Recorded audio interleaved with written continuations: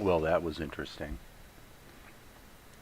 I didn't actually mean to just go live. And based on what I clicked, I guess I'm live now. So that's okay.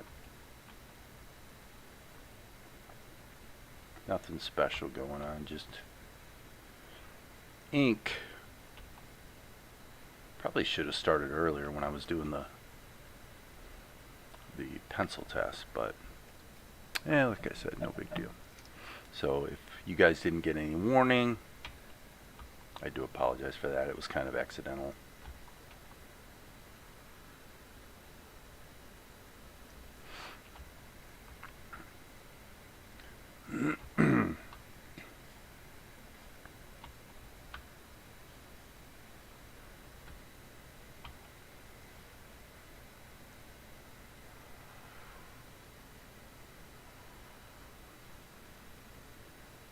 Well, I guess this is truly the animation Truman Show.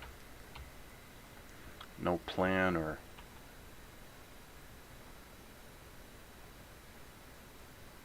rhyme or reason to it, just getting some work done tonight on the next shot on the show that I wanted to sort of fix up. So this is Luca. I'm checking YouTube to make sure I'm actually live right now. Huh, interesting. Is it showing two streams going at the same time? If somebody's out there and they want to tell me if my channel's showing two streams at the same time, the world would probably keep turning.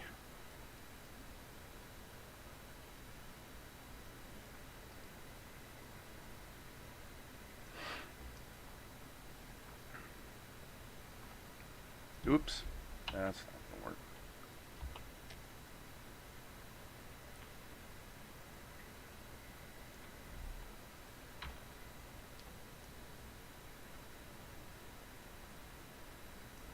So we are in Krita tonight, mainly just because I not only started the shot in Krita, but also I think when I started, I pulled up the original version of this shot, which was I think done in Krita, so I just decided to continue from there. Hey Nagut, how you doing, man? Okay, so now we need to actually click to something else and then back to Krita. So basically I'm just working in full screen mode, which for me is the tab key flips me into full screen mode in Krita. It is the accidental Truman Show. It really is. But that's okay. I'm just kind of in the mood to get a little ink work done, and right here might be a good spot to do a little bit of liquify. This is where Blender has a little bit of an advantage because you can make these sorts of edits and not have the art sort of fuzz out a little bit, you know, because obviously when you're doing this sort of deformation, all the lines soften a little bit, but it doesn't really matter. I mean, that's the size he's going to be on screen, so it's certainly sharp enough in any case. But whoops, that's not what I intended to do. I controlled when I should have shifted.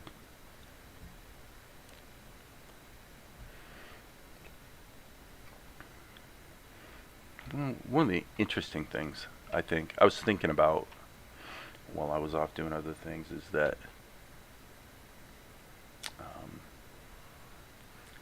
I think one of the things, well, I was chatting a little bit with Amar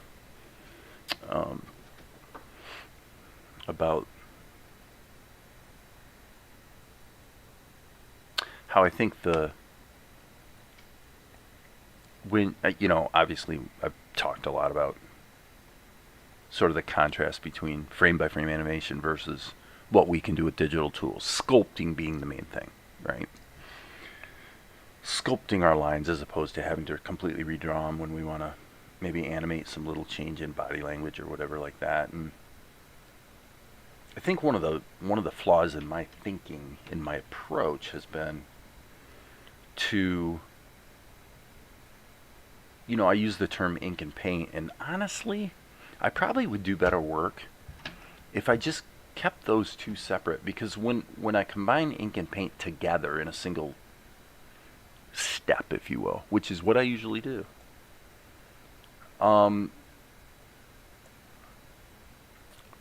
that's when I have a proclivity to start to go in directions that can become clunky, where you're using, in other words, what happens is there starts to be this tug of war between what you might call a rigging based approach, where you're trying to essentially set up the structure.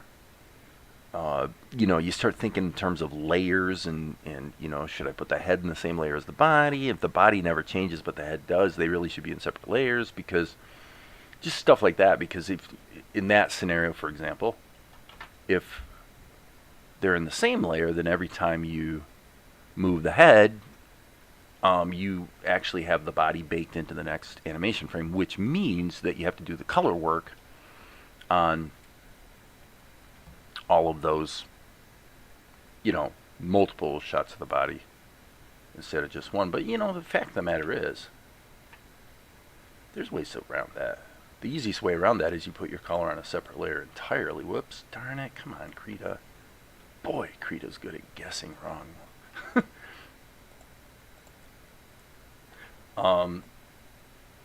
But if the color's on a separate layer than the ink, then obviously you can run the color multiple, under multiple ink frames, and then just only recolor the stuff that you have to. So there's ways to mitigate that. So I think this is more a psychological deficit on my part in the way I think about it. But my point that I'm getting at is that if you take color out of the equation, which not only introduces color, but it also introduces opacity. Whereas when you're dealing with either a pencil test or just line work, everything, you can see through it, so you can kind of see what's going on. I suspect that my work would improve if I was disciplined about not, I'm going to turn on onion skins, by the way. If I was disciplined about not ever doing color until all the ink's done, I'll bet you my work would improve. And then I could use, what I would do then is I would use sculpting tools sort of seamlessly in tandem with drawing, and I would tend to animate straight ahead. I'm not really a pose to pose guy. I used to think I was, but the more I've done, I find that it's both more fun, and I think I do better work when I tend to mostly animate straight ahead. But the actual process, really, if you say this is, well, let's turn the smoothing off. If you said pose to pose animation is here's a pose, then here's a pose, and then you sort of decide what you need to do in terms of tweening. The process I enjoy the most would be more straight ahead, where you say, okay, I'm going from this pose, and then kind of feel what's going to happen. So I kind of go here, but then there's this looping back process where you're kind of going like this in your process, where you're going back and realizing, well, I can reuse this piece from this frame, and you just sort of build it up, It truly is, for me, a process of learning what is not just gets a good result creatively or artistically or whatever you want to say, but also is enjoyable, because obviously, as many people have noted, including the venerable late Richard Williams, this is a lot of work. Animation is a lot of work. I got to turn the smoothing back on. So I'm in a fairly, hey Inio-san, how you doing, man? So I'm in a fairly zen place tonight. I'm in a mental frame where, I sort of got this pencil test blocked in. So we have essentially this. Actually, let me show this. The original shot in the show, not only was the drawing bad, but the animation really wasn't very good either. So there's the shot. Luca just blinks and looks up at Mel. Okay. So I'm trying to build a little more entertainment value into the show. That's why I redid this shot. I think it's way better now in terms of the acting. But coming back to this, so I really wanted Luca. Yeah, the thing that occurred to me probably a week ago is really these two kids know each other. You know, it's not like they're strangers, just kind of, you know, hey kid, hey, you know, how's it going, or whatever.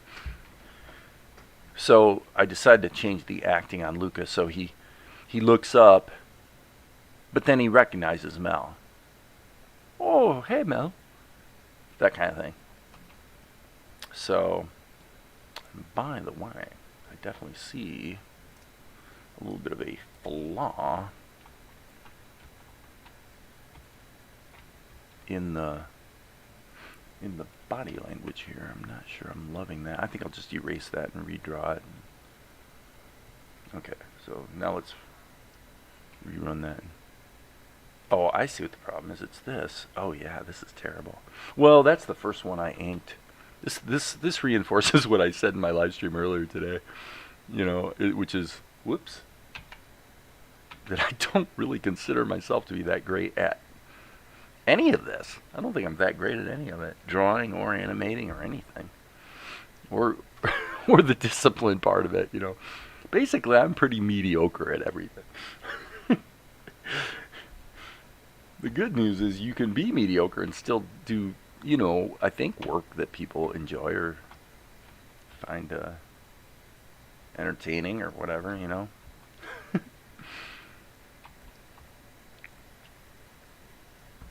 I mostly do keys and then in between them, animating effects like fire and fast. Right, right. That's typical. Hey, Maria, how you doing, baby? Right. I agree. That's probably the generally accepted approach, certainly. Yeah, I'm wanting his knee to sort of come up a bit. So I think what I'll do is maybe put just a little indicator there, and then maybe strengthen it a bit to just sort of draw the eye to the fact that his leg's moving.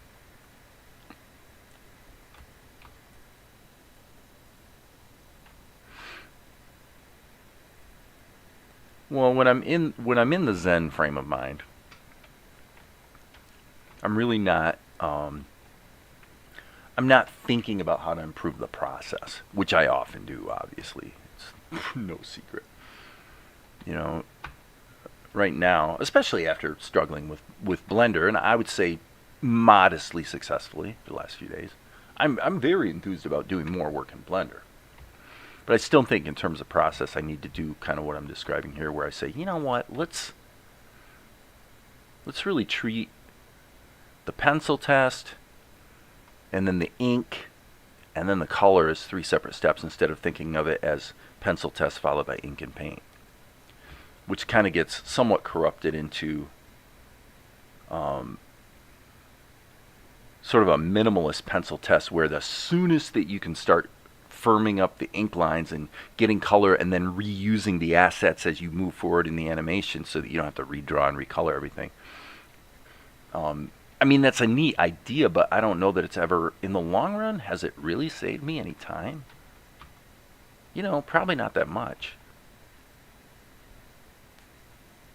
What's always proven to be the most fun and probably gets the best results, although I can't say that definitively, is when I'm working in the frame of mind I'm in right now, where you just say, you know what, I don't really care what tool I use. Actually, I really don't care. They're all pretty good, and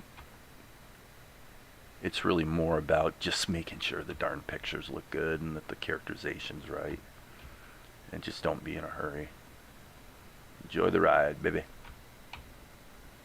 Okay, right there, probably the thing to do would be sculpt it, to just pound that into shape a little bit. You can always add sharpening too, by the way, after you liquefy, if you really need to. A very gentle, unsharp mask can really sharpen it up if you need to, but in this case, you really don't need to. Okay, I'm going to turn the skins back on so that I get the basic shape and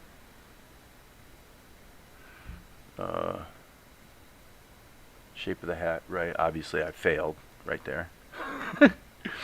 I failed, people. But that's what liquefy's for. But yeah, if you do too much of this, you can see it starting to fuzz out.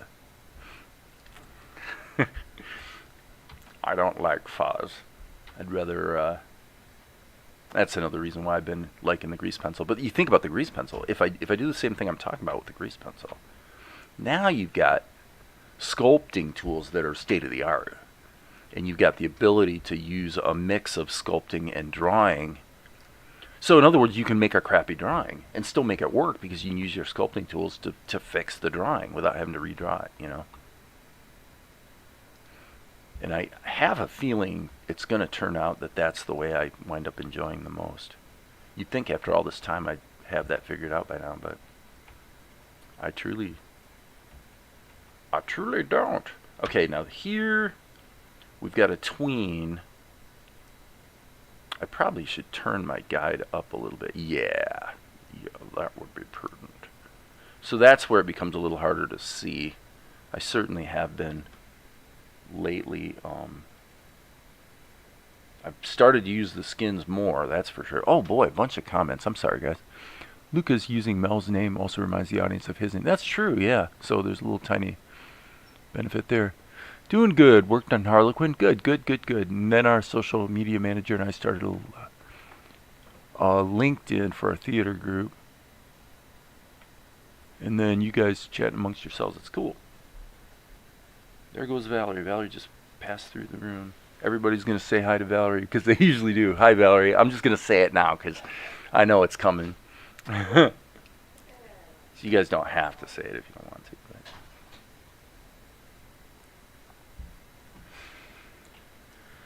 Valerie's my bestie. She's my bestie. Beaky. Okay, so what I could do, well, I guess I could trace this, actually. I do have a pencil. I probably should turn the skins off. There we go. I'm not working very smart here, people. Well, plus another thing I think that I'm glad I sort of made this decision on this shot is just, if you look at Luca's expression, it's one of those sort of quintessential anime things, the way I'm doing his eyes. And it's like easier to draw, and it's, I think, probably more entertaining, you know, when he just snaps into that sort of somewhat stereotypical expression that we all immediately recognize as just, you know, Mr. Happy Face kind of thing. I like that about anime. I love the way anime practitioners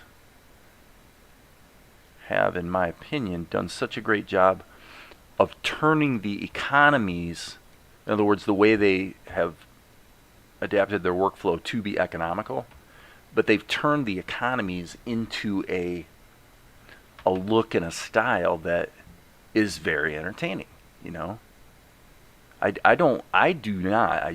very strongly don't feel that a Disney movie, through their period where the stories were really starting to falter, you know, 1960, well, 75 to 85 really, is a Disney animated show better than what you see in much more economically produced anime? I would say no way. I'd much rather watch the anime. Okay, so his face is getting a little distended here, so I don't know if... No, it goes by pretty quick. It's all working. It's good. We're good. Now again, like I said, with Blender,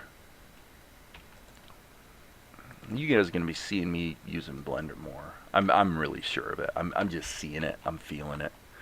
Like right here, you know, just the fact that you can do this kind of stuff with the grease pencil and that have no loss of fidelity in the imagery is a really attractive proposition to me. Other people may disagree, but obviously a lot of the world strongly agrees.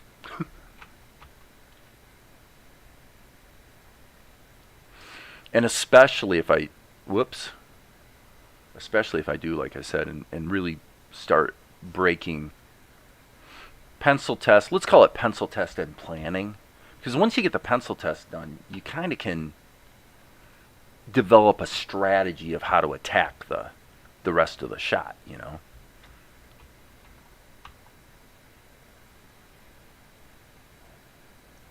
So by breaking them up, because think about this. Think about this as an approach to pencil test and ink and paint. What if you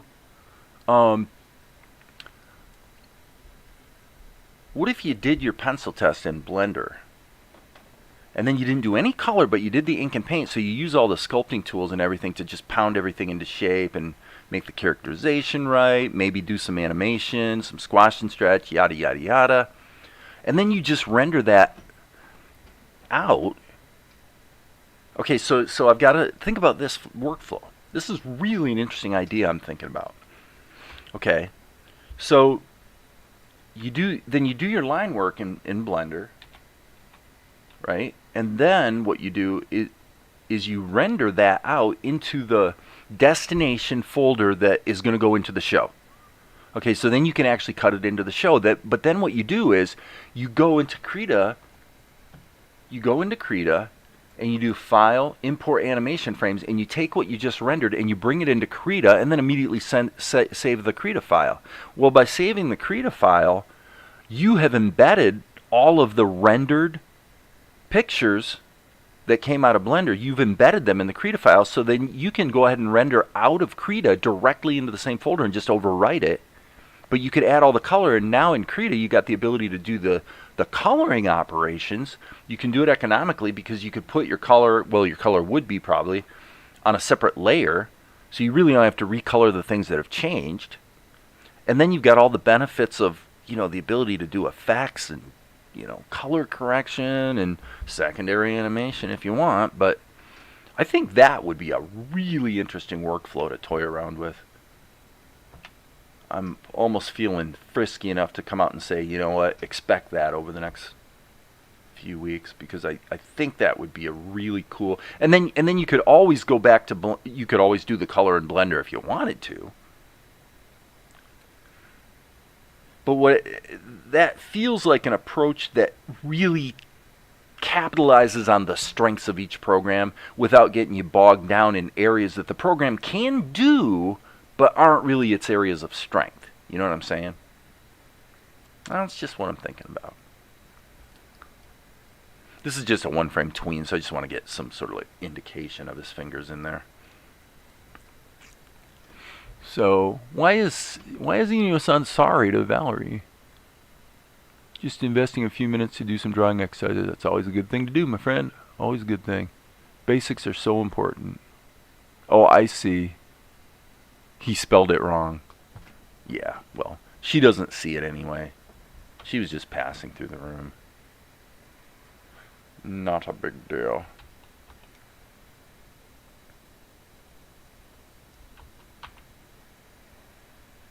Valerie is, gosh, what is she at now? She's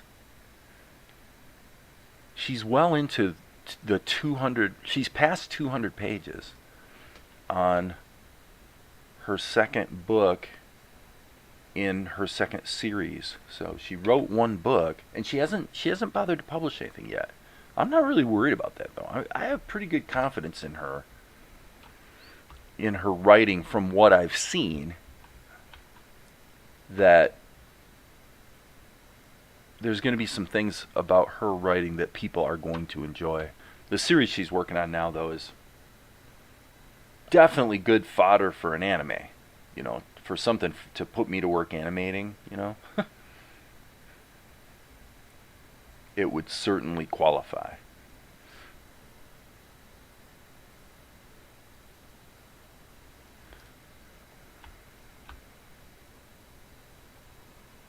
But yeah, she's up to around, I think, 230 or something, 230 pages on the second book in the second series. So that series has 2 books now.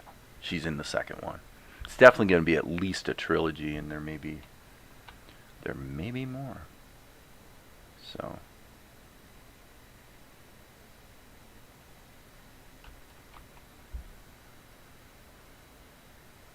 okay. what are we doing here? Sometimes, I mean, hands are tricky. Sometimes what I'll do is, well, I suppose usually what I do is I just wing it, frankly. So if I'm slow about it, that could work okay.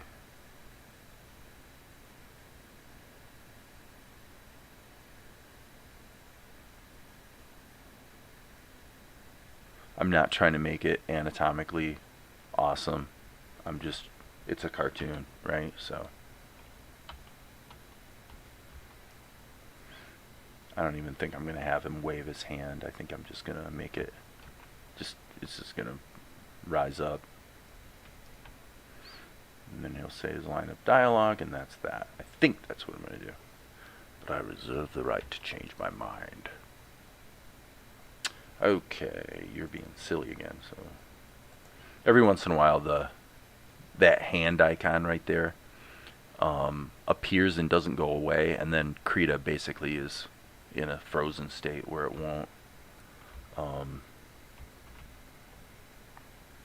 It becomes unresponsive, but it doesn't actually lock up. So I'm going to go Control C, go to the next frame, and then hit Edit, Paste into Active Layer, so that I can just animate that a little bit, and then I'll clean it up.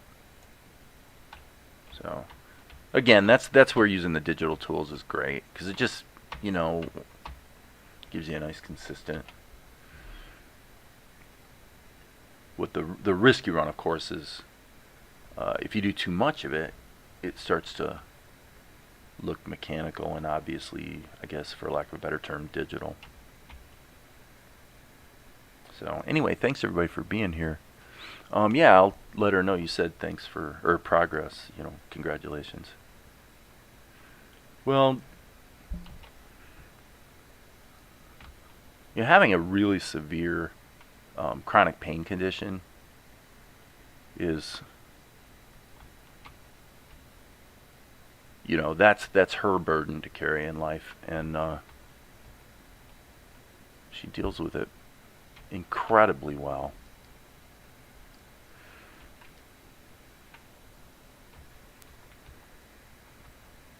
And I've been really happy to see her. You know, I don't even know what caused her to start writing. Like, why did she decide all of a sudden I want to write a book? You know, she did have the Akari thing that I was animating here on YouTube. You know, that was her story. That wasn't mine. Okay, that didn't work right there. But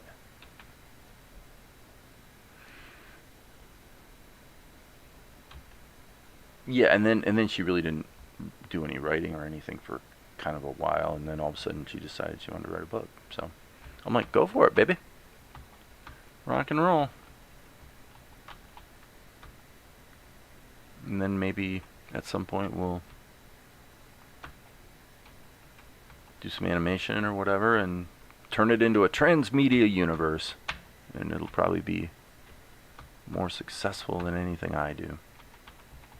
Okay, I think we're kind of there. Let's go. Unfortunately, Krita 5 doesn't have a rewind button, so you have to scroll back to get to the beginning, which is like dumber than a box of rocks, but that is the case with Krita 5.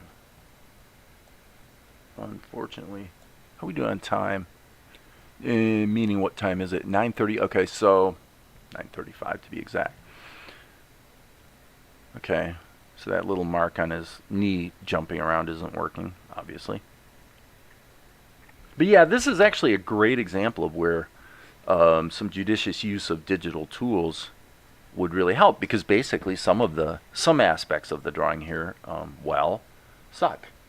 You know, didn't really do that great of a job here, folks, on some stuff. So let's go back and start looking. Yeah, so like right there, for example, I probably push this back a little bit. Not quite such an abrupt change. And again, as stated, we will lose a certain amount of fidelity by using the liquify tool. Okay, so here's where it really seems to fall apart.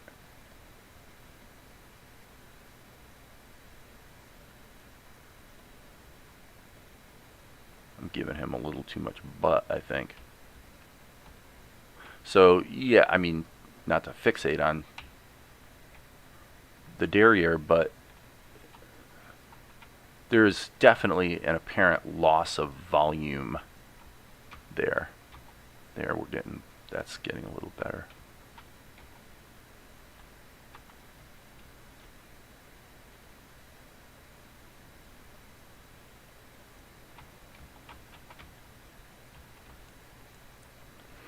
Okay, let me get back in with this. I love the pose. It's so comfy feeling and unself-conscious. Which pose are you referring to there, Maria?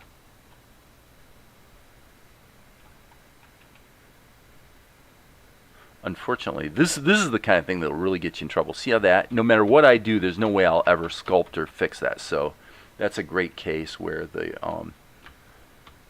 paste into active layer in Krita 5 definitely turns out to be quite useful. So we can go here, hit the S key, just select it, Control C, go to the next frame, and then for me, I made it a hotkey to go Control Shift V as opposed to just Control V, and there it goes. Definitely useful. I mean, it sounds stupid because almost every other drawing or paint program on the planet works that way, but that's just been a Krita quirk from ages past, is that when you cut and paste, it would always actually create a new layer no matter what. Okay, so now this is where I want to be a little careful and try to, I don't want to distort his hand too much, but I do want to make some mods here to the, yeah, see right there, that's, this is where this is quintessential Dave, where I really let this fall apart anatomically. And so now here's, you're seeing right now actually one of the things in Krita that drives me nuts is that the liquify tool doesn't remember the last setting. So right now I've got it at this size, and when I go to the next frame it jumps back to the, so it's like I have to stop. It's this kind of small features that really impede the creative flow, because you have to stop and resize it like every time, and it's not consistent either.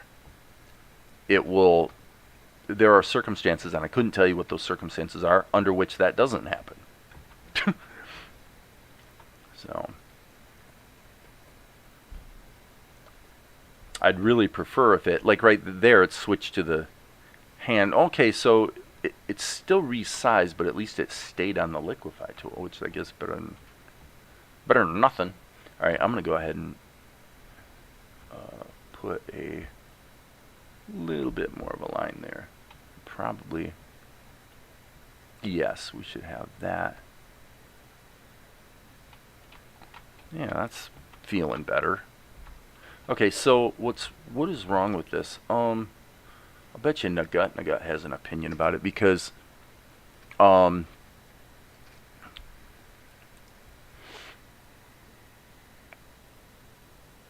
other words, as an animator, I believe on this last keyframe in particular, I have failed. And the reason I failed is because his body has morphed into the volume has changed. So the problem is we've got to really go back to here and see what happened. And I think I see what happened.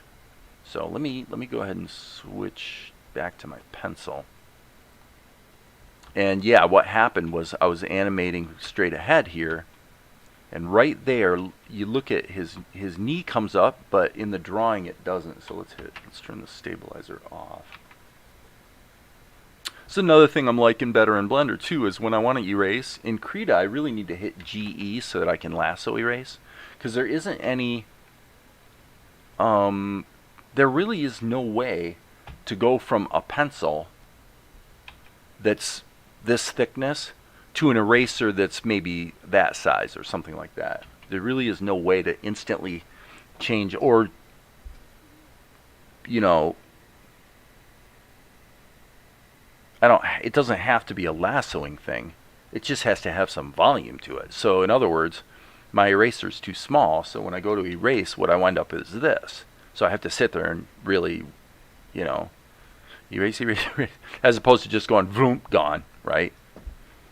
Krita doesn't really facilitate that too well. Never has. Okay, so anyway, what I need to do here is, if the leg's going to turn up, then obviously the knee would rise up higher. So let's get that. And when I did the pencil test, I was moving fast and getting his attitude worked out, and I really kind of committed one of the sins that you can commit when you're jumping. Well, let's just say when you're animating straight ahead, which is the details got shirked. I didn't finish the pencil test.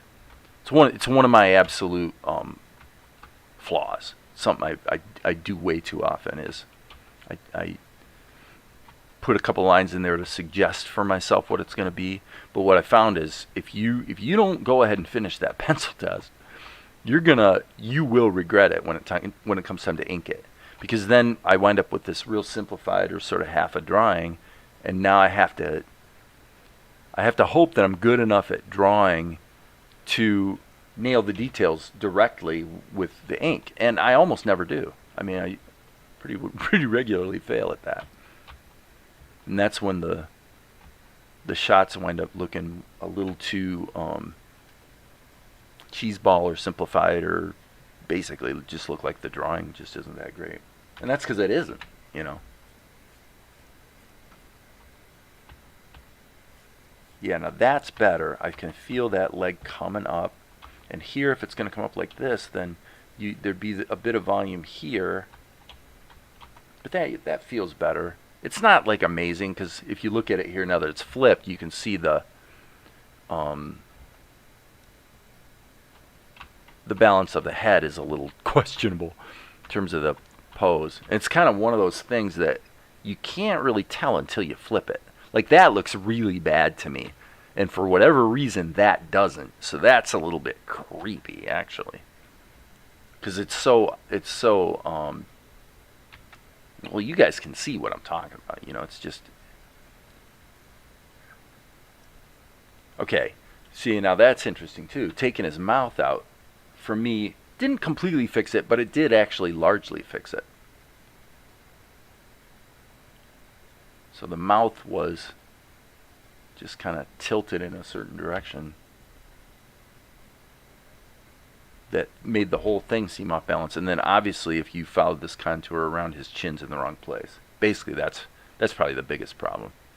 In other words, the center point, his chin isn't pointed, but if there was a center to it, it'd be there, and I basically had it over here. So it just, you know, that's what I was talking about today about, hey, later, Inyo-san, sorry I missed your exit there, buddy. You know, what I was talking about, being at any level of craft or artistry, we're all in a learning process, right? And, you know, same for you, Maria, with your Harlequin thing. You know, every single thing you do,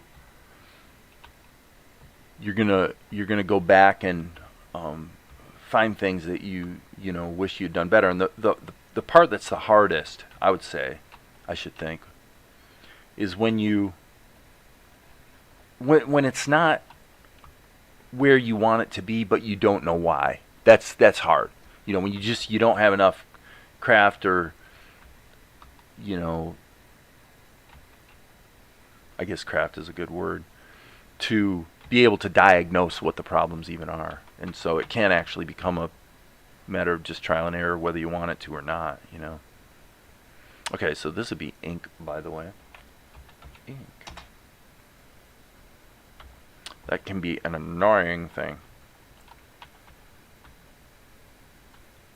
Okay, so now I think when I'm gonna think about ink, I think what I need to do here is just erase all this. I'm gonna leave his foot in there, methinks. Yeah, I don't mind how the foot came out, but I need to hit the B key. I need to switch back to my ink pen, which I had down to 3 pixels. And then I turned on my stabilizer. So again, I not to be just, you know, sound like a broken record on the whole Blender thing, but every single thing that I've mentioned here tonight, working with Krita, that's a little bit of an annoyance or whatever with the program, are things that Blender does well. Like the ability to switch between sculpting and drawing. Now, it is, I guess to be fair, the switch to sculpting is a little bit more clunky in Blender, but I'll bet you if I look into it, because what you'd have to do is you have to hit Control-Tab to bring up the pie menu, but I'll bet you I can assign it to a hotkey so that we have an instant flip from drawing to sculpting mode. I haven't tried it, but Blender's hotkey system is so sophisticated that I'm quite sure I could probably just assign my own hotkey to be able to make that jump. Okay, so here I kind of am feeling like I want to see this foot sneak through. And so I should probably indicate it here. So let's be bold, friends, and let's just jump in here and do this. So I'm going to say on this frame, we're starting to see, we'll just go like that. Okay, it's a one frame tween, so it doesn't have to be that great, but just starting to see his little footy sneaking through. I like that. I like that. I do. Yes, this evening was spent working on the most extreme pose, the back bend. Still not satisfied, but it's a little closer. Yeah, if you feel like you're getting if you feel like it's getting okay, let me backtrack, because this, I really, if I'm going to offer any advice for you, I want to make sure it's helpful.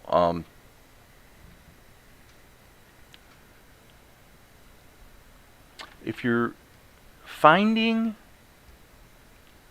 the overall motion either both in terms of the drawing, like anatomically, or in terms of the movement. Okay, so what you have is, let's just say, if I were to draw a little character here, and on your thing, it is pretty small, right? They seem pretty small, whatever you're drawing. But let's just say this is, I'm really just spitballing here to draw a character, and let's just say this is the dancer, right? Okay, so you've got kind of a fairly high level of detail sort of baked into the drawing, right? Which can tend to make things start to feel kind of rigid from, sort of anatomically. Anyway, what I'm trying to say is, if you want to loosen it up, then loosen it up literally by look at how the what a lot of books, even Richard Williams' book, talks about, and John Buscema's book he did with Stan Lee, How to Draw Comics the Marvel Way. A lot of guys talk about the line of action. Make sure that the lines of action that flow through the character, hold your pencil about 2 inches from the tip instead of close to the tip, and just feel the overall flow of contours through the character. And so that might be helpful. What was the other thing I was going to mention?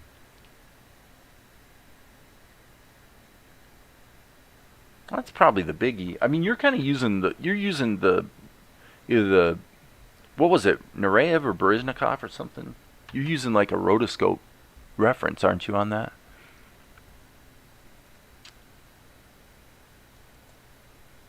I'm going to look at your...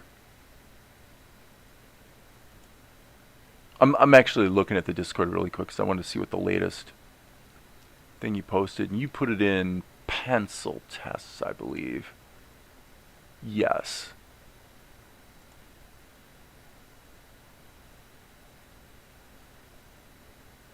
Okay, I'll tell you what. Let me run that again. Yeah, okay.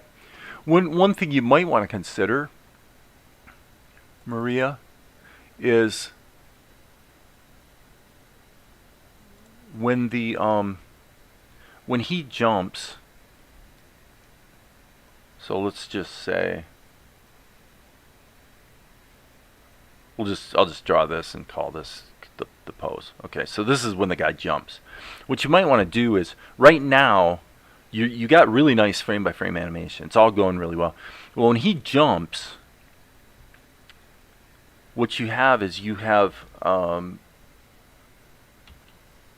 essentially you have this. Okay? When what you probably want is this. So just having the guy point over the arc of the jump would make that, would sell that jump. Just that one change right there would help that jump a lot. Like, you get a lot of mileage out of that small change. Okay, looking at photos and videos, right? So that's, and then you could play around with the easing of it too, I suppose. But if I was doing it, I would probably be looking at the idea of when he, so let's say he gets into that pose. So here's the pose. So what I would be looking at is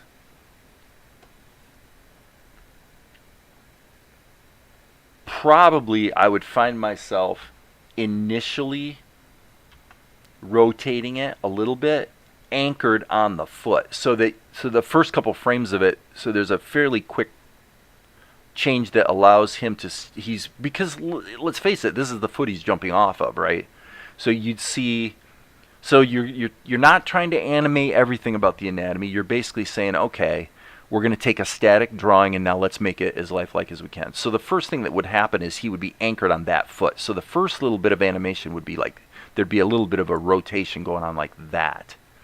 And then as he flies through the air, you would almost want the center of rotation to move to the center of the body, so that as he's flying through the air, you go like this. But those two things would really help sell that jump, I would say. Very simple, very smart. And they might have been things you were going to do anyway, because, I mean,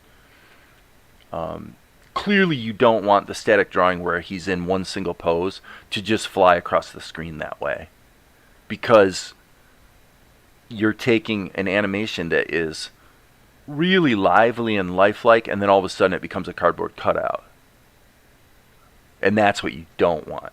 You don't want to have this thing that it's like, wow, you know, if you look at the quality up to that point, it's really good, and then all of a sudden you got a cardboard cutout thing going on. Well, you did the right thing though, actually, because the first step would be to get the overall motion of the arc of the jump right, and then go back and massage the, you know, the rotation of the character to sell it a little better. So, yep, those are my ideas. Okay, I tell you what, I'm gonna take like a 2-minute break. I'll just loop the animation of Luca. I'm gonna take like a 2-minute break and go grab myself my I have not had my martini today, and I'm kind of in the mood. So I'm just gonna. Yeah, look at that. That's not too bad. I think it's working. It's a damn sight better than the earlier version of it was. So I'll be back in like, it'll take me like 2 minutes.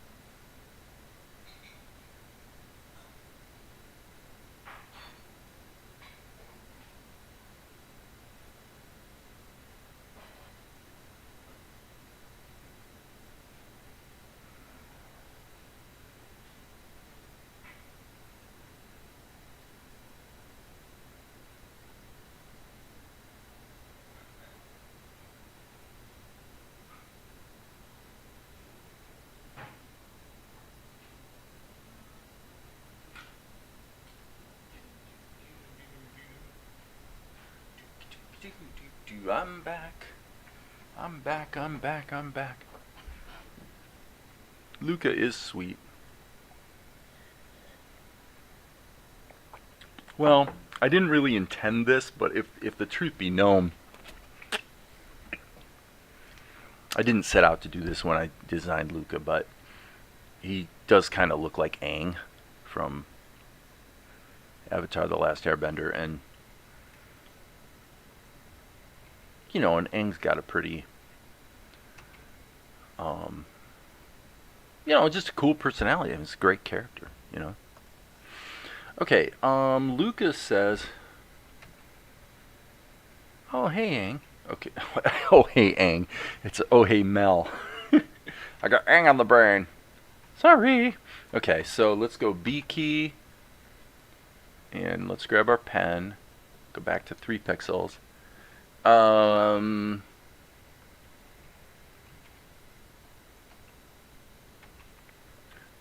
let's go. Normally 2 frames apart is about right for.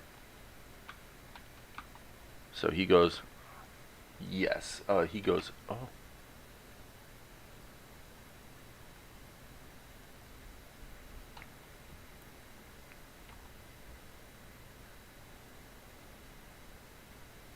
Nope. Okay, now I'm gonna flip it and see if. No, that's probably okay. I don't like the ears. The ears are problematic. So here, kind of okay because he's in motion, like it's a tween. But yeah, I do not like the. Man, Dave, how I can be doing this as long as I've been doing it and still suck so bad is really beyond me. It's pretty sad. How do you just continue to suck? But I do, and I make no bones about it. Sheesh. Dave. One of these days I'll be good. I'll be good at what I do. I believe it. But until then, I shall continue to suck.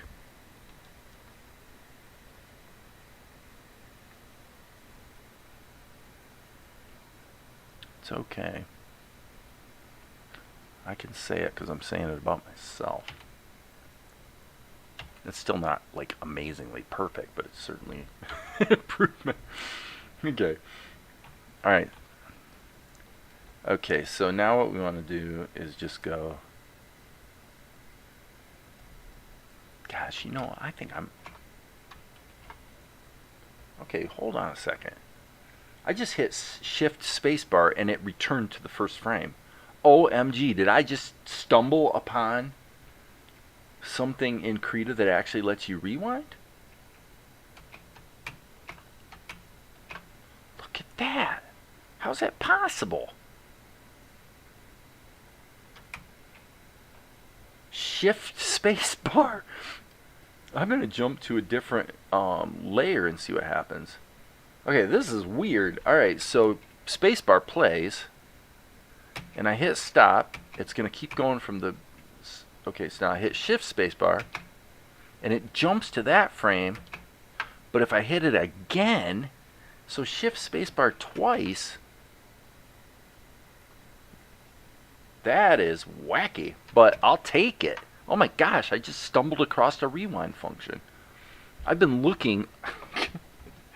You'd be amazed at how bereft the documentation is. It's been really a bear to find. In the hotkeys, that's called first frame. And I've had first frame mapped to the W key for 2 years. And then with Krita 5, they broke it. Pretty crazy. You're already good. It's just time Murphy's Law decides to step in. No, I don't agree. I'm okay. I mean, it depends on what you mean by good, but I mean, I'm okay. I'm okay. But okay, so now what's really problematic though is that as you can see when I hit shift spacebar, okay, so this is like a totally common thing in Krita. This is a great example of the kind of thing I bump into in Krita that is utterly normal. This is normal behavior for Krita. Think about it. We got this situation where I hit shift spacebar and it rewinds to the beginning. I'm going, oh, that's cool. Except I forgot one little detail. Shift spacebar is how you rotate the screen. And that still works. So look, see, I hit shift spacebar, I can do this. And yet, I hit shift spacebar, and it also, so yeah, I can rotate the screen, but by the way, every time I go to rotate the screen, the program's going to jump back to the first frame. So again, not to get snarky too much, but you just look at that and you go, how is it even possible that the developers would have missed that? It just boggles my mind. How could you miss that? It's like you can't miss that. All right, enough rant. All right, I'm going to do this this way. I'm going to basically cheat this.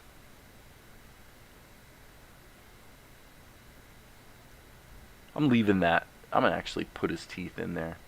So he's going to go, hey, Mel. So this should just be repeated here.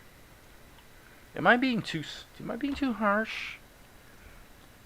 Well, yeah. The thing is that Krita's system for managing hotkeys and stuff has always been spotty. Mainly in the sense that if you assign a hotkey that's already assigned to something else by default, for example, Krita will warn you. It'll go, oh, hey, that's ambiguous. That I did not mean to do. You're trying to assign a hotkey that creates a conflict. Do you want to reassign it? And if you really wanted that hotkey, then of course you'll answer that question. You'll say, yeah, go ahead and reassign it. So here's where it gets a little strange. The problem is that when you do that, to put it very simply, it doesn't actually work. Okay? And that's been true with Krita for, I would say, at least a year. You know, that's old news. But now you know the action exists. Could you do a separate hotkey for it? Well, that's a great question. The problem is I already have. If you go into settings, configure Krita, and you go to your keyboard shortcuts and you go to first frame, you'll see that it does have an assigned hotkey, and the assigned hotkey is W. Okay? But if you're in Krita and you hit the W key in version 5, literally nothing happens. It just doesn't do anything. Okay? So there's something going on that has to do with a and by the way, it's fair to say also that Tahoma has this same problem, where there are hotkeys that the developers in their hubris decided to bake into the program as defaults that are hard coded into the program. And the problem is that theoretically those choices can be overridden, but in practice it doesn't actually work. So it's a little frustrating. I use the W key for rewind. You know, W means wind, I guess. You know, W's been the hotkey for rewind in Vegas and Reaper, which I use, you know, for audio and video. W's just always been my rewind hotkey. That going back to the days when I used to use Cakewalk, you know, as a MIDI sequencer. W's just how you rewind. So that's why I set it that way in Krita, and it worked fine till version 5. Doesn't work anymore. So what are you gonna do? All right, let's hit the old space bar. Well, focus, accentuate the positive. That's what you do. You say, well, oh hey Mel. Oh hey Mel. That's pretty good. Should he say Melchizedek? Okay, so this is one of those choices. Should he actually say Melchizedek? Well, if I want him to say Melchizedek, all I got to do is move this forward like 5 frames and double this. So let's see if we like that. Oh, hey, Melchizedek. Yeah, let's do that. I think it's good. It would probably be good for Luca to repeat Melchizedek's name at this point, because we're still really early in the show, right? Oh, hey, Melchizedek. Cool. Now we have a little problem. We have a problem with his hand. You can see that right there. So that is a problem. So now this is actually something I described earlier that we have a concrete example of it now. This is what can go wrong. Okay, so what's the problem? Well, the problem is that in just maintaining a smooth flow, just working going forward and not really wanting to think too much about the structural details, I made a strategic choice. And the choice was to just go ahead and bake these mouth shapes into Luca's head. In other words, there's only one layer that constitutes Luca. Okay, so why would that be a problem? Well, when this type of thing becomes a problem, when you got all these keys and these changes, well, you can see what the problem is. So back here, well, when I thought of it or noticed it, I corrected it. I did a little sculpting on his hand like that. So now what we have is 1, 2, 3, 4, 5 frames where the hand that's distorted is in place. Okay, so what do we do about that? Well, I'm going to go ahead and erase. And I'm trying to just kind of erase in the same spot each time. Okay, one more. And then what I have to do is grab this hand that I like, and then I'll try to select a little bit bigger area like that. And then we need to go Control-Shift V, V, and so we're having to do a lot of repeat work, you know. Not the end of the world, but it's definitely a problem you can run into if you don't keep everything broken up into separate layers. Usually the best practice, and I probably should do this at the inking stage, is when I hit a spot where there's going to be something in the drawing that is definitely going to stay static. Like right from here on, it's his body. His body doesn't change. It really, frankly, his head doesn't either, actually. At the point where you're going to have something, because this is what they would do in the old days on an X sheet when you're dealing with physical layers of what do they call the transparent plastic they put cells on? Anyway, you know, you got a limited number of physical layers of that you can use, and so you say, hey, okay, there's only one little thing that's going to move. Let's put it on a different layer. That's the smart practice for sure. So spank my fanny and call me a fool because I didn't do it. Spank my fanny and call me a fool. David Weiss, you are a fool. And so I hit Shift Space Bar, and it rewinds. It's amazing. Okay. What now? What do we do? Well, if we're going to follow best practices, we would put Luca in a group, and we would call the group Luca. Acetate. Thank you, sir. I think your spelling's wrong, though. I think it's ACE for what that's worth. But yeah, acetate. Thank you. Let's see. LUKA. Okay.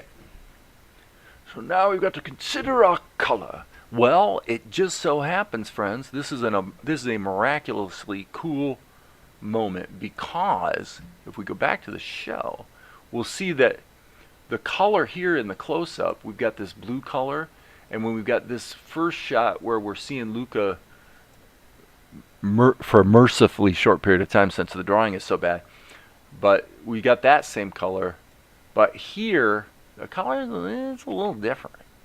That seems a little different to me. So the good news is we can rectify that now. Your spelling's always wrong. I want to point out that Nagut40 has just asserted to the entire world here on YouTube something to be true that is provably not true. Because the only thing you spelled wrong was the word wrong. the word my spelling and is and always are all spelled correctly. So it can't be always Wong. It's only sometimes Wong. So there. All right, I'm going to turn the background off so we can be a little bit more smarter about our. And by the way, I'm going to also, on my other screen, what I'm doing is I'm looking at the color correction situation. I think we'll leave that on. So I'm going to go ahead and copy. So what I just did was on my other screen, I copied the current frame. Isn't that wonderful? So now what I can do is put this right there. And actually, you know what? Let's just leave this in here. Let's leave this in here. That's going to be our color key for monkey as well. Okay, so now it would probably be sensible. Look at what I'm going to do. I'm going to be really smart about this. I'm going to take this drawing like that. And then I'm going to hit the S key. This is all in a single layer, but what I'm going to do is I'm going to grab Luca and drag him over here so he's out of the way. And then it probably goes without saying that we can select this and just delete it. There's no reason that really needs to be in there. But there we go. Now we have our color key for Luca. Groovy.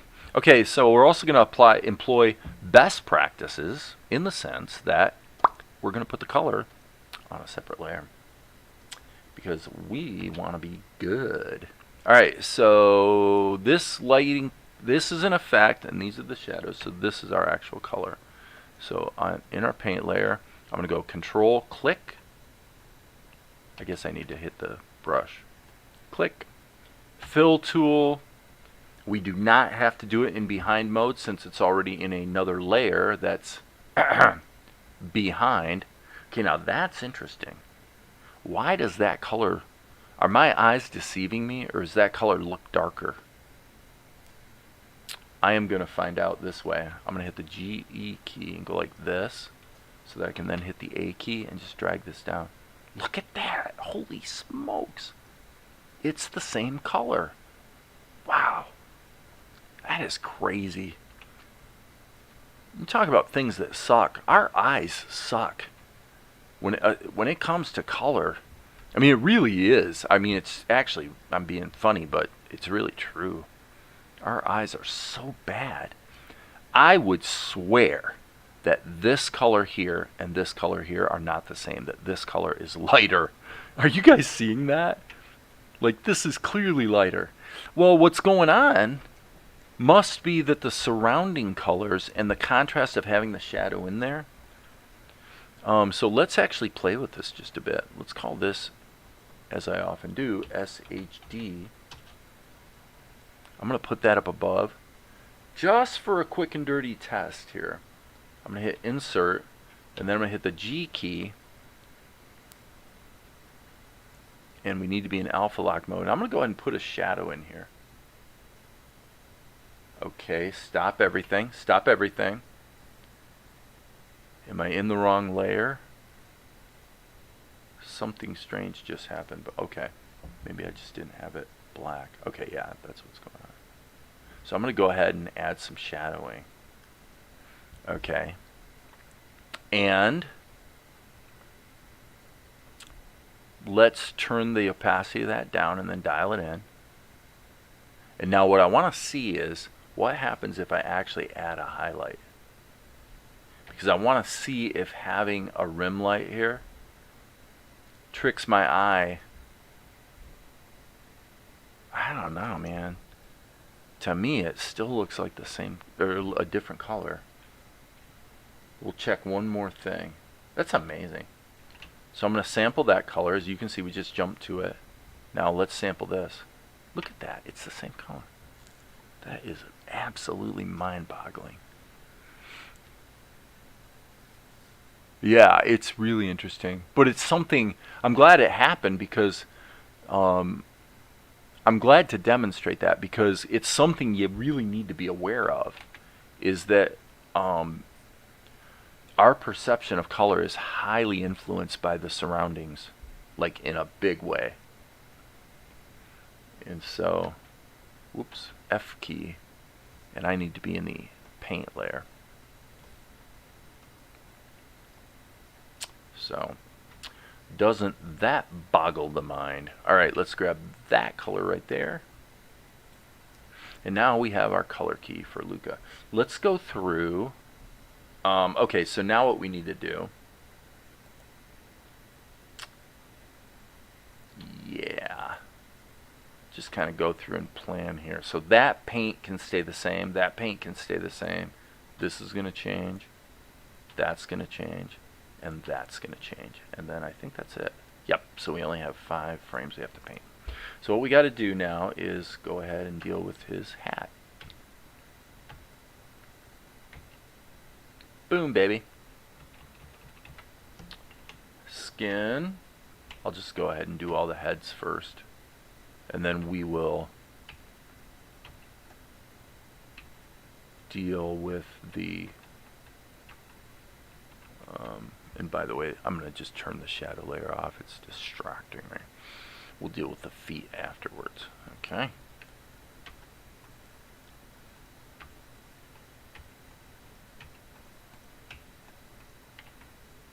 Okay. I think that will be okay. Probably should hit the G key and do this one this way. Right. Man, I can't believe I'm working so late tonight. I must be awesome.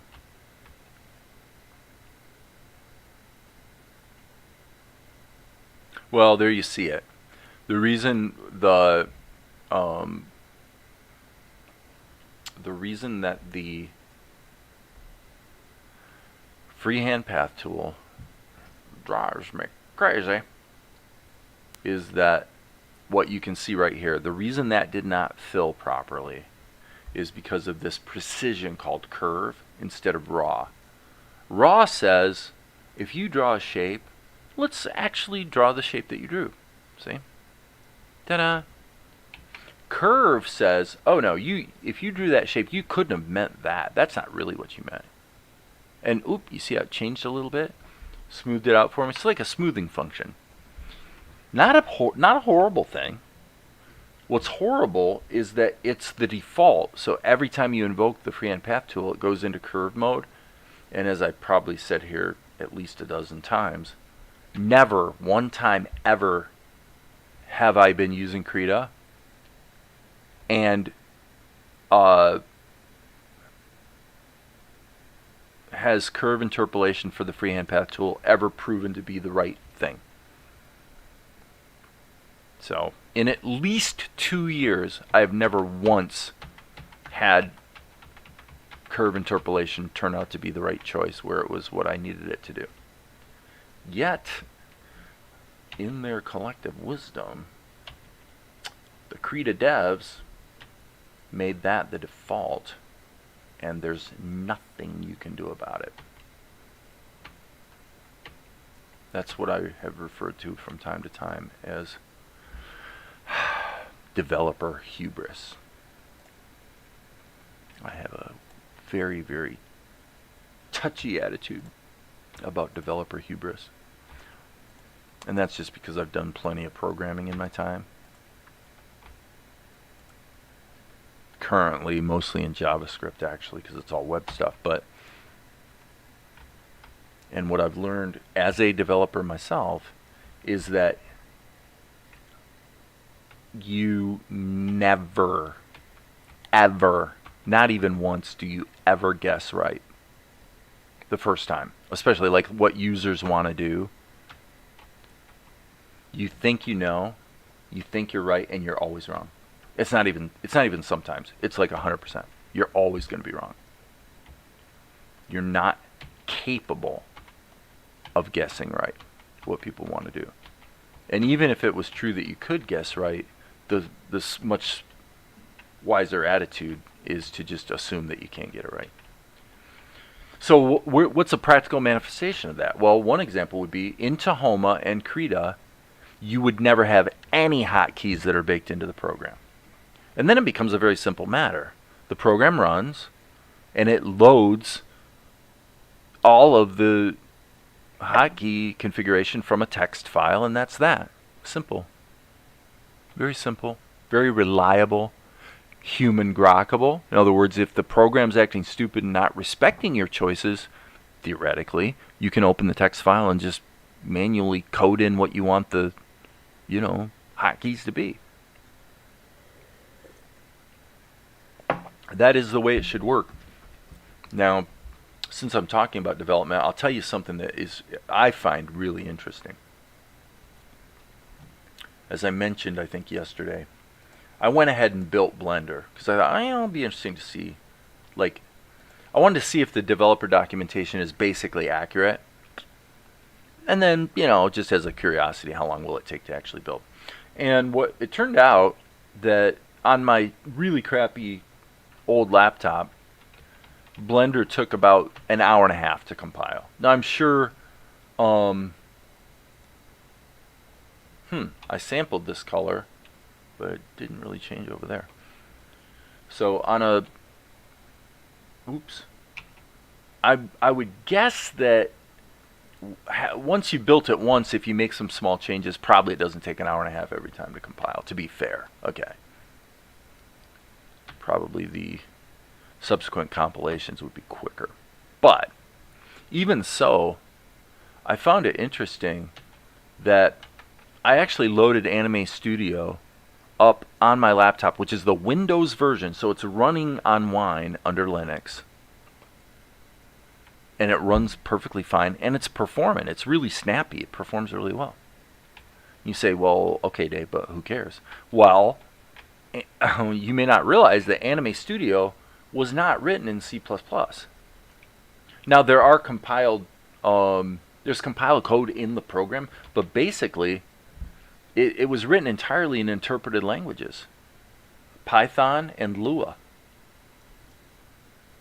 So here you have a industrial strength, very successful animation program that was written in an interpreted language, not a compiled language. Now, why would you use a compiled language? You may not know this, maybe you do, it depends on if you're into programming or not, but the reason you use a compiled language is basically because of performance.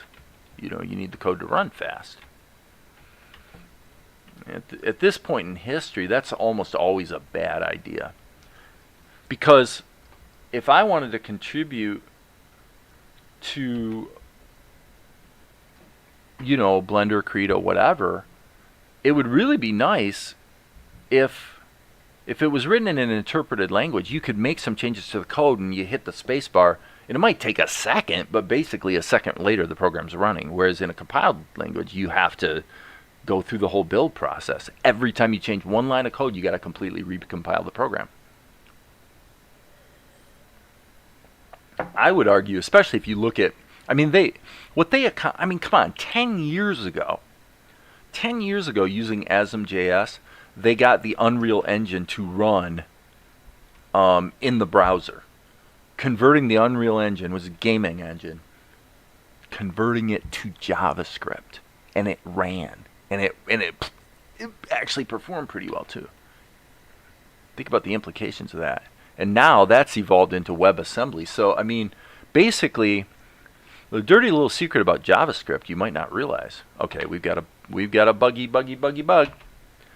The dirty little secret about JavaScript is that it is not actually an interpreted language, strictly speaking, because what happens is the code runs once and actually gets compiled into machine code, kind of on the fly. It's a just-in-time compiler thing. Which means that usually, well, I shouldn't say usually, but a lot of the time when JavaScript's running, it's actually running compiled code. Which means performance is not an issue. A program like Krita, I am very confident saying, would run just as well in the browser as it does as a compiled program. And if it was a program that was developed, that's actually the thing that bums me out about what Alan Dan is working on. He's working on a better animation program, which is awesome, But the fact that they're building it with C++ and Qt baffles me. I find that completely baffling. I know why developers do it, though. It's because Qt, as a cross-platform C++ framework, theoretically you can write your code to Qt and then just recompile for different platforms. So it does have that benefit. That's true. Okay, so now we can go ahead and put the shadows back in. But I don't know, friends. I think the days of compiled code making much sense at all are over, and have been actually for kind of a long time. So yeah, it bums me out in a big way that Krita and Tahoma are both written in C++ using Qt as the platform. So you get the same, and so is Pencil, by the way, Pencil 2D. I mean, I've actually built Pencil 2D and was working on the code there for a while, and so it's oopsie poo, I just made a mistake. All built on Qt. Qt is a great cross-platform framework, don't get me wrong. Qt is quite a hell of a piece of code.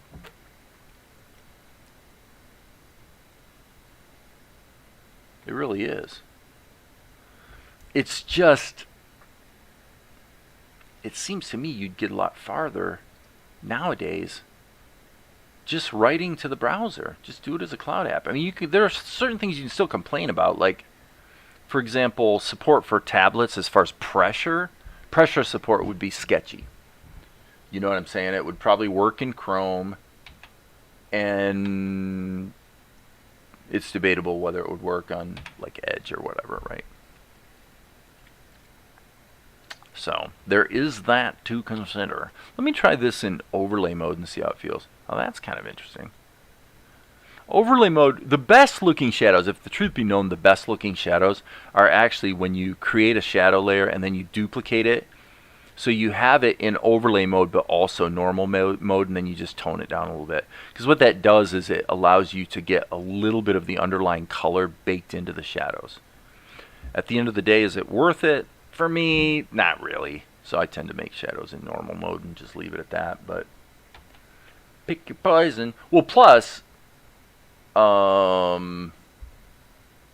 it probably bears mentioning as well that you can always add color to your shadows too. You don't have to make them black, so you could add color that way. Just saying. Okay, so now what we're going to do is let's turn the skins on. Yeah, that's cool. We'll follow the skins for the most part. Hey, when's this? Does anybody know when the Super Bowl is? It's got to be coming up. We don't follow football at all. Like, we don't do any sports stuff, like nothing, right? And yet, for some bizarre reason, which I don't even know what the reason is, several years ago, we just decided, when the Super Bowl came on, yeah, you know, what the heck, let's watch the Super Bowl. Let's check it out. And ever since then, every year, we watch the Super Bowl, and every year we have a great time. We really have fun watching the Super Bowl. Every year, even though we're not sports fans. Isn't that crazy? Crazy stuff that Dave and Valerie do. Well, that's because we're awesome. But when is the... I mean, obviously, last year's Super Bowl was a bit of a joke, since the whole COVID thing gives you only a partial season and yada, yada, yada. So it's not quite as real as a normal season. Oopsie poo. That was a mistake. I was in erase mode. Sorry.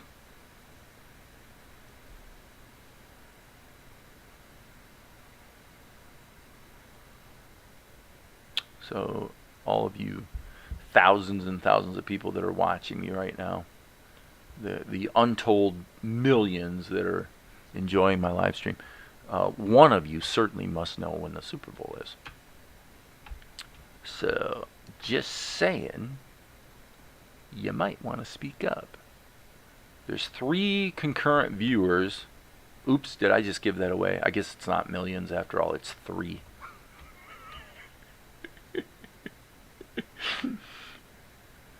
I actually like cracking on myself.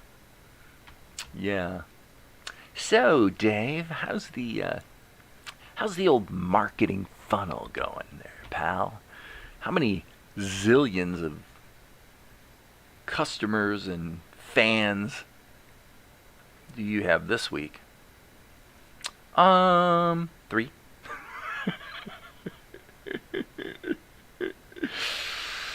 I find it funny.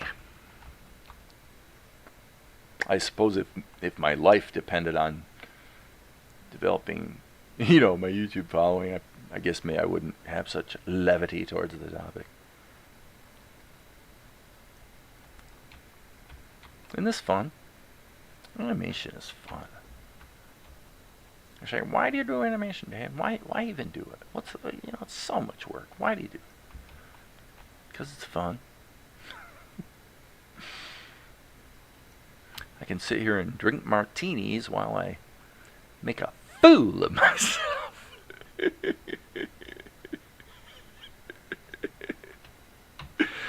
Alright. I'm thinking I want to kind of build this down a little bit. There we go.